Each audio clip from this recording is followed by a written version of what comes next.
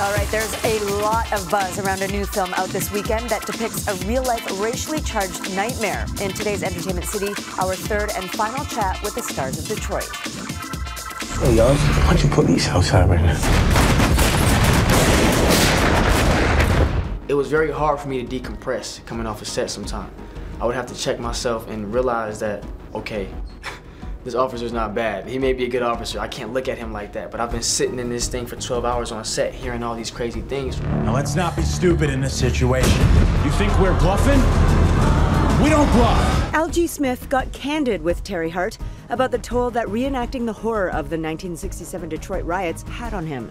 In particular, the Algiers motel incident, when police officers used brutal questioning tactics on a group of black teens. Will Poulter plays one of those officers, a sadistic, racist cop so villainous he's easy to hate. But of course, that was a tough act too. Did you have any idea of the emotional impact it would have on you, Will Poulter, going through the paces of these days and saying and behaving in the way that this character did?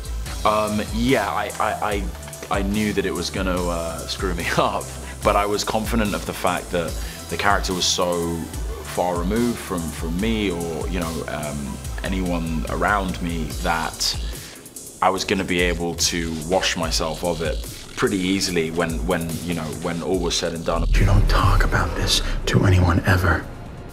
You understand? I think with somebody like Will, to be such an all-around nice guy, to give a performance like that, you know, it takes a little work to leave that at work because it takes just as much work to bring that into work. And, you know, it's nothing that a nice dinner and a few jokes can't fix. Maybe a glass of wine. And a nice glass of wine. Nobody, well, I would like to think people don't desire to play a part like this, but, you know, the desire is actually to be a part of something that's bigger than yourself, to contribute to a bigger idea.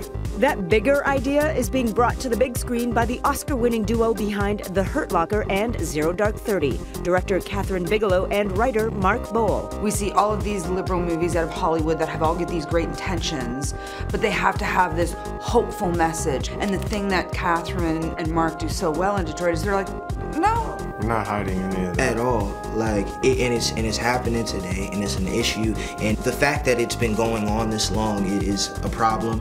And this is the kind of film that really draws those comparisons. I think we were all always aware of that being a really important part of our responsibility in telling this story, is that these are issues that have not gone away. It's like no punches are being held. This is straight in your face. You gotta deal with it. Police! I'm just gonna assume you're all criminals. It looks amazing. Detroit currently has a 96% rating on Rotten Tomatoes, so you don't want to miss it. It hits theaters tomorrow.